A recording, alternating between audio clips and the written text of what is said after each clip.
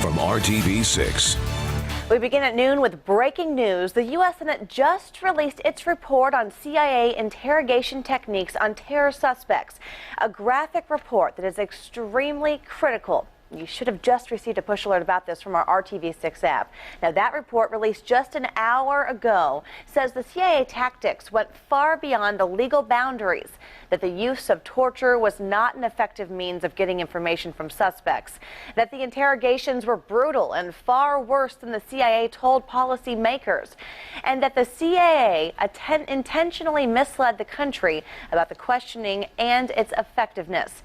The 525-page report is a summary of a 6,000-page classified report on the tactics the CIA used on detainees after the 9/11 attacks. Those tactics included waterboarding. Critics of the report have argued that releasing this will lead to retaliation attacks by terrorists around the world. History will judge us by our commitment to a just society governed by law and the willingness to face an ugly truth and say never again. There may never be the right time to release this report. The instability we see today will not be resolved in months or years, but this report is too important to shelve indefinitely.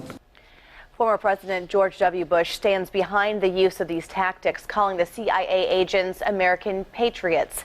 And this reaction coming in now from an Indiana Republican Senator, Dan Coats, saying, quote, "This report contains no recommendations and offers only an unconstructive partisan account of the last decade's counterterrorism efforts.